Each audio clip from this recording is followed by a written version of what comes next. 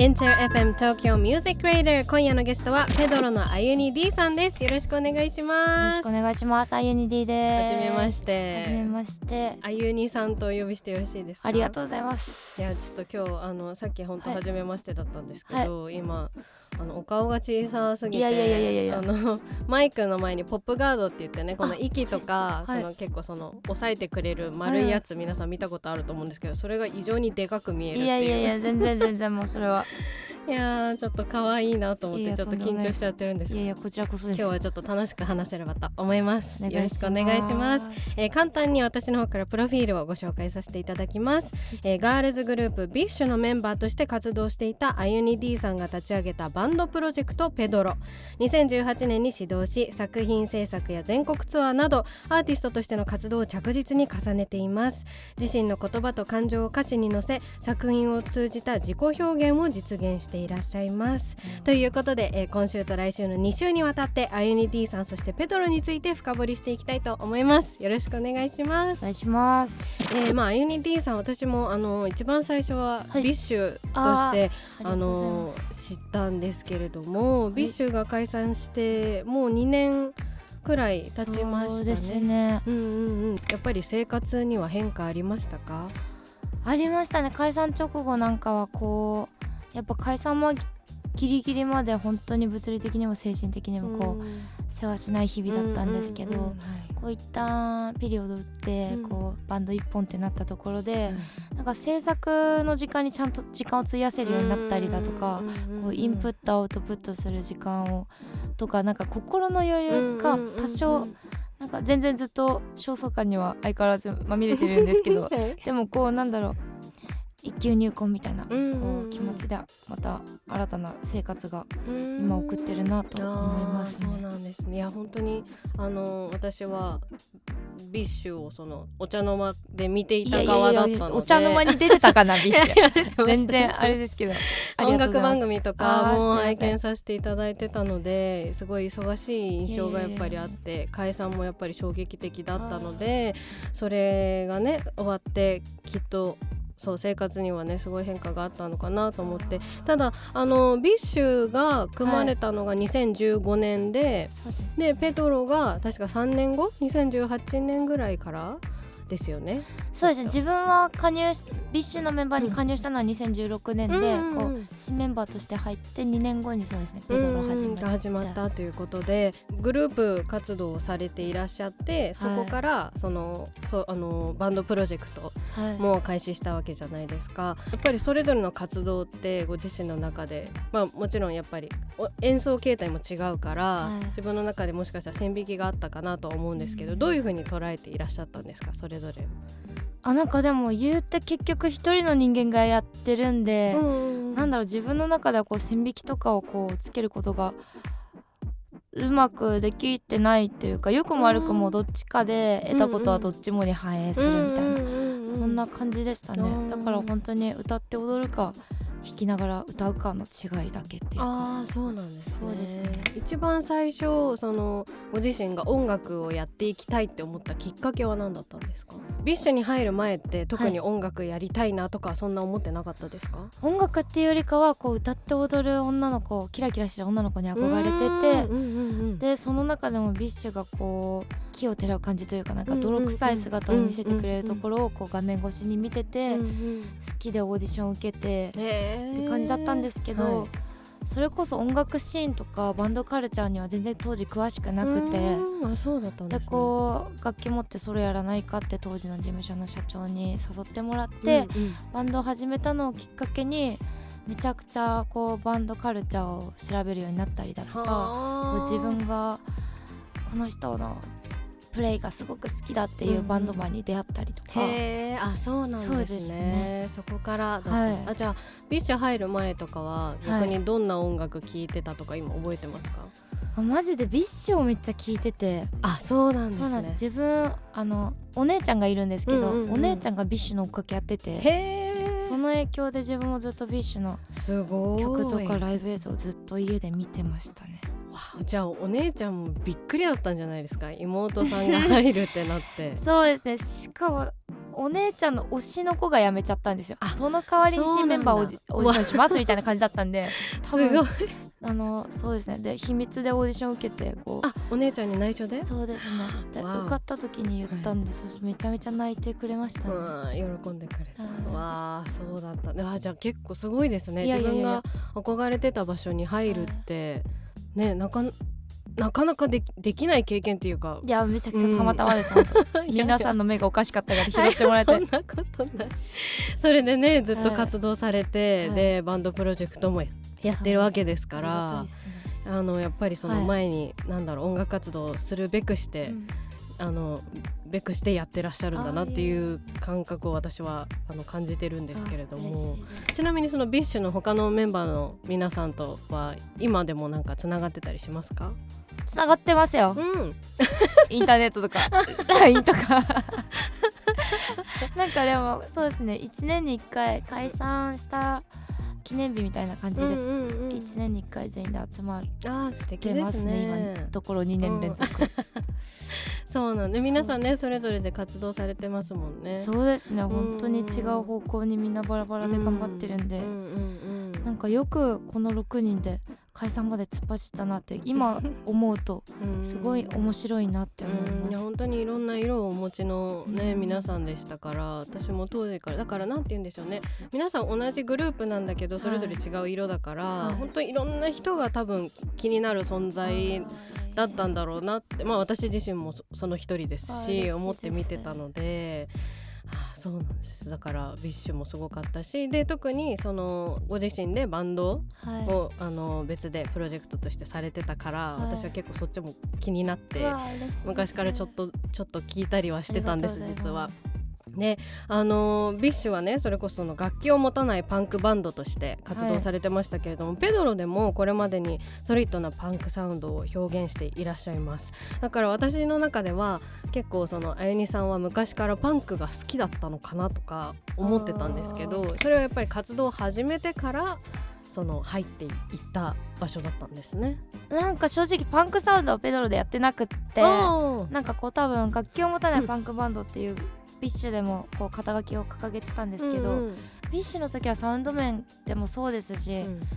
精神面でおそらくこう反骨精神を大事にしてたみたいな、こう逆行を言って、ありのままの等身大を貫き通すぞっていう気持ちでやってたっていうのは、ペドロでもやっぱそうですね、それを感じますね。自分はこう本音を人に伝えることが苦手だったりとか、こう言葉よりも先に涙が出ちゃうっていう、こう幼少期からずっとそういう日々だったので、でも心の中には常に意地だったり情熱があって、そういうものを今ペドロでこう自分が好きな音楽に落とし込んでるっていう感じですね。なんかそれをすごく感じます。確かにその今パンクじゃないっていうふうにおっしゃいましたけど、そのなんていうの、サウンド的には決してそのすごいパンクではないんですけど、歌詞がこれはねちょっとまた後で深く楽曲の時もいろいろ伺いたいんですけれども、すごくそのあゆにさんの強い精神を感じる、かつでもその強すぎないっていうか、ちゃんとその自分が自分で分かっている脆いところも受け止めながら、それでも強くっていう思いをすごくどの曲からも感じるから、私自身個人的に結構支えられる曲もあったりとかして、なのでちょっとそこについてもいろいろね深く伺えればなというふうに思っております。背景僕へがすでにリリースされていらっしゃるんですけれども、この背景僕へという曲、どんな楽曲なんでしょうか？この曲はアレンジにドミコの坂下ひかるさんにお願いしたんですけど、こうなんか最初は私作詞作曲してて、こう6チューンをこう想定して作った曲で、で歌詞はこう自分の鼓舞するような言葉たちというか、自分がこの数年間大切な人たちからもらった言葉を咀嚼して、また自分もこう伝えられる人間になりたいなっていう思いを込めて書いた曲なんですけど、そのデモをヒカルさんに渡した時に、こうヒカルさんがアレンジしてくれて、アレンジの音源が上がってきたのを聞いた時に、めちゃくちゃチルっぽいサウンドというか、なんかこうコーラスも入ってたり、自分が今まで出したことのないような吐息の吐き方だったり、そういうものをこう入れ込んで作ってくれたのが結構すごく自分の世界が広がった感覚がして、なんかこうペドロって今までこう外部の方にアレンジをお願いしたことがなくってうちでやってたんですけど、前作あたりからこうヒカルさんにお願いしたりとか、こう好きな尊敬してるバンドマンの方とかにお願いするようになって、やっぱりなんかこう自分の脳内では完成できなかった想定外のことが起きて、より一層かっこいい曲をこう上がったので、それがすごく気に入ってます。いいですね。いや本当最初ね、一番最初のコーラスのなんていうんですか、そのメロディーあるじゃないですか、あれがまずやっぱりすごく印象的で、でも私の中であゆにさんの声ってすごくいい意味でなんていうんだろう、耳に残るその特徴がある声だなって思って、私個人的にすごく好きなんですけど、その柔らかい感じの音色って確かにすごいたくさん聴いてこれたわけではなかったなって思って、この楽曲のそのイントロでコーラスの感じが流れてくるのがすごくなんか新たにその優しい部分が聞けた感じがしてすごく好きだったんですね。すごく印象的だなと思って、でやっぱりね、そうやって外部の方をね入っていただくことによって本当に新しい自分って見つかりますよね。そうですね、なんか歌声とかもこう今まではなんだろう、それこそソリッドな歌い方だったり全力投球するような歌い方しか知らなかったので、こうそればっかりやってたんですけど、こうペドロで自分で曲作っていろんな歌い方挑戦する上で、なんか今作品とかこの曲とか特になんかこう身近な人と喋ってる時の声のトーンで歌えたらいいのになってすごいやっぱ自分で思ってたので、それをすごい体現したこう作品になったんじゃないかなと思ってます。ありがとうございます。そうなんです。なんかそれをその今の話聞いた上で聞くとまた新たに違って聞こえるっていうか、新たな発見があるような気がしています。ちなみにこの曲は楽曲制作はいわゆる曲線とか詞線っていう言葉がありますけれども、どっちだったんですか？この新譜がほぼ全曲先ですね。サウンドなんかこうやっぱ今まで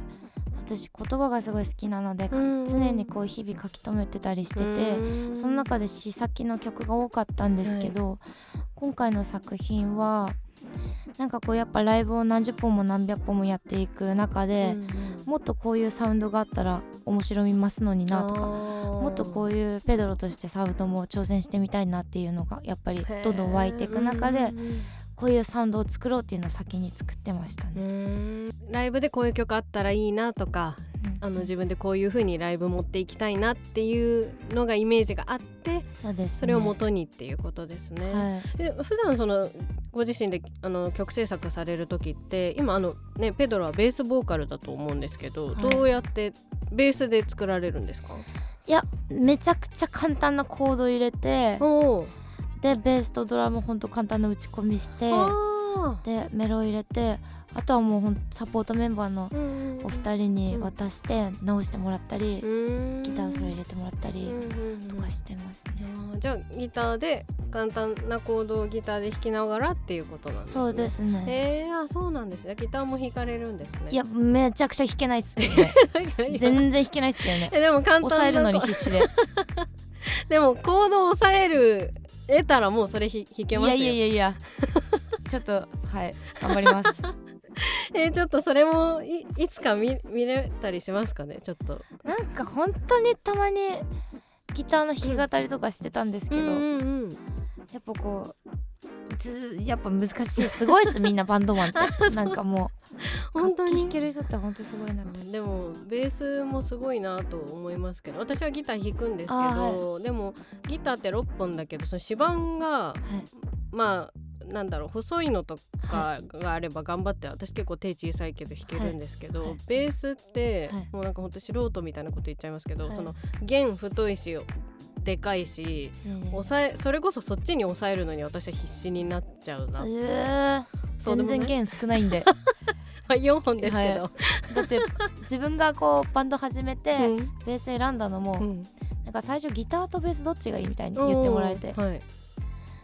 ギター弦6本だし、ベース弦4本ってことは少ない方がいいかと思ってベース選んだんですよ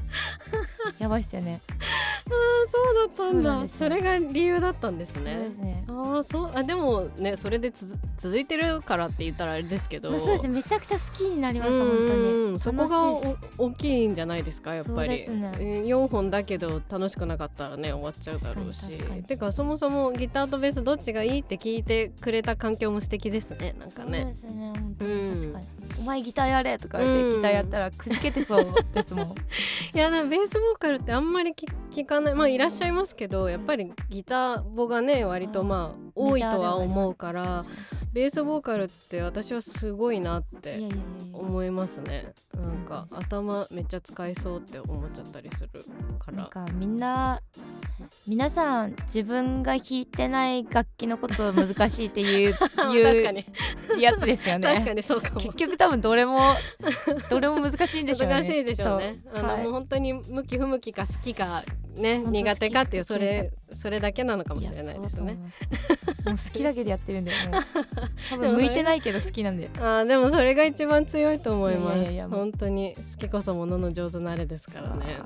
本当に。いやすいません、いろいろ話しちゃいましたけど、この背景僕へちょっとこの楽曲にまた戻りたいと思うんですけど、タイトルにはどんな思いを込めたんですか？タイトルは曲が出来上がって一番最後に決めたんですけど、なんだろう、結局私がこの新譜に残した言葉たちって、なんか人に伝えてるように見えてるけど結局自分に聞かせてるみたいな言葉がやっぱり多くって、で私はそこまで人に何々した方がいいとか何々しろとか言えるこう懐の大きさもなんだろうまだ経験も積んでなくて、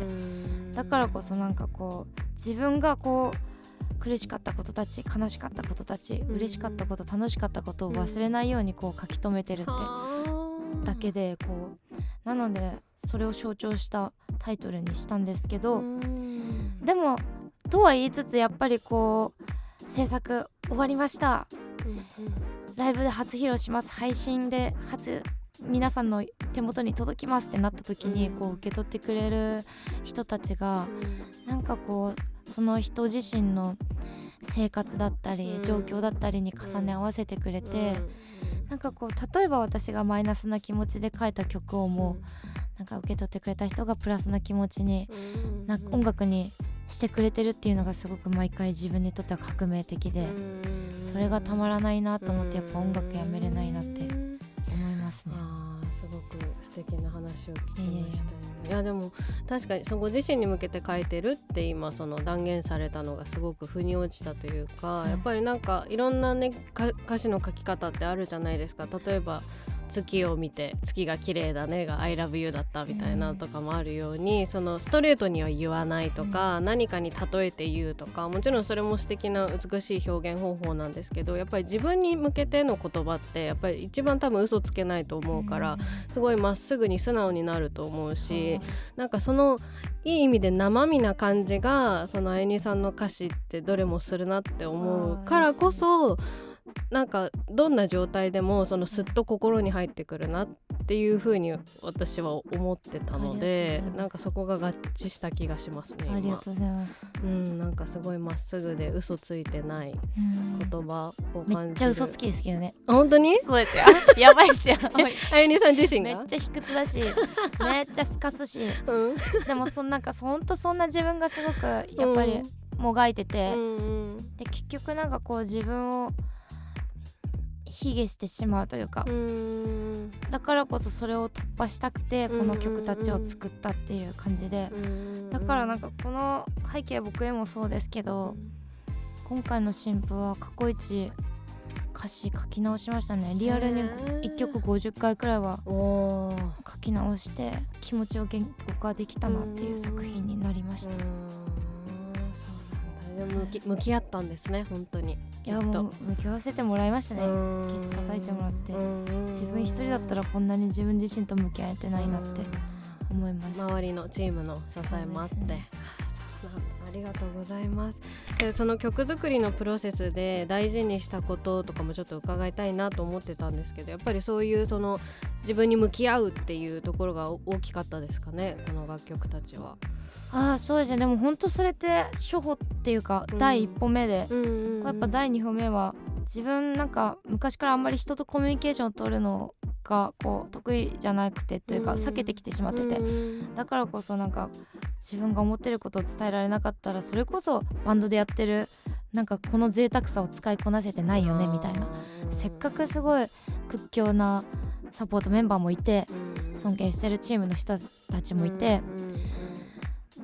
アレンジもやってくれるっていう人がいてくれるのにもかかわらず、こうやっぱ自分の意思とかをしっかり共有していかないといい曲作れないなっていうのに改めて気づかせてもらってからは、やっぱ曲作りでは意思共有とか意思表示をなんかこう今まで以上に精一杯勇気出して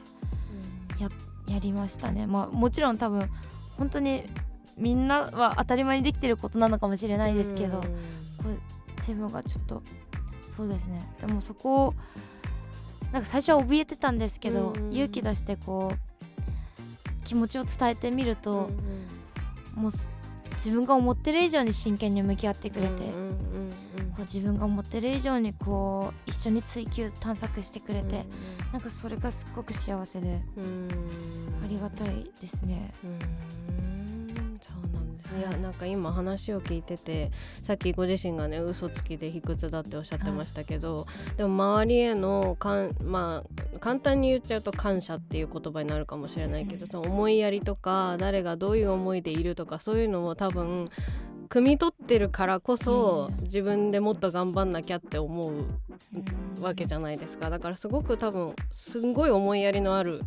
方なんだろうなって今思いました。いいように言ってもらってありがとうございます。いやでもそうだと思います。だってそこを持ってないと本当に自分本位だと思うから、基本めっちゃ自分本位なんですけどね。本当にもう困ったもんですよ。でもね、あゆにさんについてくるっていうか、そのあゆにさんを一緒にって思う方がやっぱ今いらっしゃるわけですし、ファンのみんなだってやっぱそういう思いであゆにさんの曲も聴いてライブも行こうと思ってるわけだから、そこはそう思いますよ。そうですよね。ちゃんと自覚して感謝してちょっと責任持ってダメにって言ってないですよ。いや本当にダメ出ししてるわけじゃないから全然今のままでいいと思います。いや嬉しいです。ありがとうございます。ありがとうございます。今週がもうあっという間でお別れの時間となってしまいまして、あゆに D さんには来週も登場していただき、いろいろとお話を伺っていきます。何かお知らせがあればここでお願いいたします。はい、明日ですね、9月10日、ちっぽけな夜明けというミニアルバムがリリースされますので、ぜひ気になった方はチェックしてください。はい、よろしくお願いします。はい、今夜のゲストはペドロのあゆに D さんでした。ありがとうございました。ありがとうございました。また来週もよろしくお願いします。お願いします。